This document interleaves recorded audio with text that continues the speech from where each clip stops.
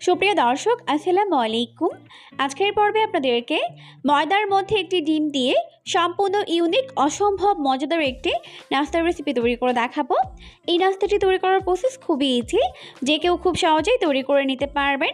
একবার তৈরি করে দেখবেন, পরিবারের সবাই এটাকে অনেক বেশি পছন্দ করবে আর অনেক মজা করে খাবে।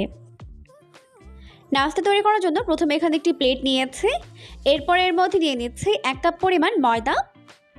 এরপর এখানে একটি বোল নিয়েছি আর এই বোলের মধ্যে একটি ডিম ভেঙে নিচ্ছে। এরপর এই ডিমটিকে আমি একটি বড় বোলের মধ্যে ট্রান্সফার করে নিচ্ছি। এখন এর মধ্যে দিয়ে দিচ্ছি খুবই সামান্য পরিমাণে লবণ আর প্রায় হাফ চামচ পরিমাণ দিয়ে দিলাম ভ্যানিলা এসেন্স। এরপর আমি এর মধ্যে দিয়ে দিচ্ছি 4 টেবিল চামচ পরিমাণ চিনি, অর্থাৎ 1/4 কাপ পরিমাণ। এখন একটি হ্যান্ড হুইক্স দিয়ে খুব ভালোভাবে এটাকে বিট করে নিতে হবে। এটাকে ততক্ষণ পর্যন্ত এভাবে বিট করব যতক্ষণ না পর্যন্ত চিনিগুলো খুব ভালোভাবে গলে মিশে যায় আর ডিমের এই ফোমটি অনেকটা লাইট আর ফোমি না হয়ে আসে। তো বিট করতে করতে যখন এই মিশ্রণটি অনেকটা লাইট আর ফোমি হয়ে যাবে, ওই পর্যায়ে আমি এর মধ্যে বাকি উপকরণগুলোকে অ্যাড করে দিচ্ছি। তো প্রথমে দিয়ে দিলাম 1 কাপ পরিমাণ ময়দা। এরপর খুব ভালো করে এটাকে মিশিয়ে নিতে হবে। আর আমি এর মধ্যে হাফ চামচ পরিমাণ বেকিং পাউডার অ্যাড করেছি, যেটা স্কিপ হয়ে গেছে তাই বলে দিলাম। এখন হাত দিয়ে খুব ভালো করে এটাকে মিশিয়ে নিতে হবে। তো খুব ভালো করে মেখে আমি সফট একটি ডো তৈরি করে নিয়েছি। এখন এই ডোটিকে প্রায় 10 মিনিটের জন্য ঢেকে রেস্টে রেখে দিব। এর মধ্যে কিন্তু ময়দা খুব ভালোভাবে সেট হয়ে যাবে। তো 10 মিনিট হয়ে গেছে, এখন কিন্তু ডোটি খুব ভালোভাবে সেট হয়ে গেছে।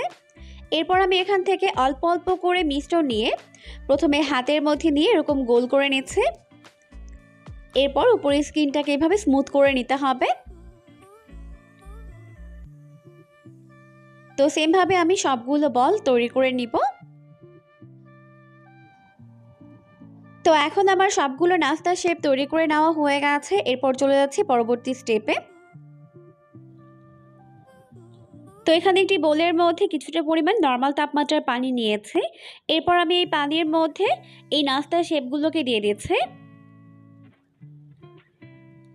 তো যখন সবগুলো নাস্তার শেপ পানিতে খুব ভালোভাবে ভিজে যাবে, তখন আমি এইগুলোকে এইভাবে পানি থেকে উঠিয়ে নিচ্ছি। এরপর আমি এখানে কিছুটা পরিমাণ সাদা তিল নিয়েছি। এখন এই তিলের মধ্যে নাস্তার শেপগুলোকে এইভাবে ডিপ করে নিতে হবে। তো খুব ভালোভাবে এইভাবে নাস্তার শেপটিকে কোট করে নিচ্ছে। সবগুলো নাস্তার শেপ তিলের মধ্যে খুব ভালোভাবে কোট করে নেওয়া হয়ে গেলে এরপর আমি এগুলোকে ফ্রাই করে নিব। তো এই জন্য চুলায় একটি প্যান বসিয়ে দিয়েছি, যথেষ্ট পরিমাণে সয়াবিন তেল দিয়ে তেলটিকে খুব ভালোভাবে গরম করে নিয়েছে। এখন এর মধ্যে একটি একটি করে নাস্তার শেপগুলোকে দিয়ে দিচ্ছে। তো এরপর আমি নাস্তাগুলোকে প্রায় 1 মিনিটের মতো এক পাশ ফ্রাই করে নিয়েছি। এখন আমি এগুলোকে উল্টে দিচ্ছি অপর পাশটিকে ফ্রাই করে নেওয়ার জন্য।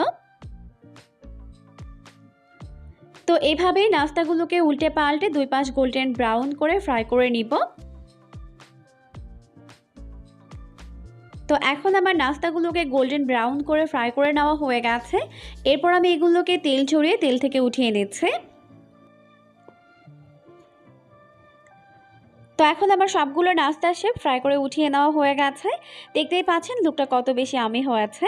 খেতেও কিন্তু হয়েছে দুর্দান্ত মজার, অনেক বেশি সফট আর তুলতুলে নরম।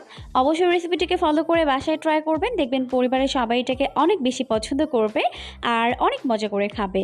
পরবর্তী ভিডিও দেখার আমন্ত্রণ জানিয়ে আজকের মতো এখানেই বিদায় নিচ্ছি। সবাই অনেক বেশি ভালো থাকবেন। আল্লাহ হাফেজ।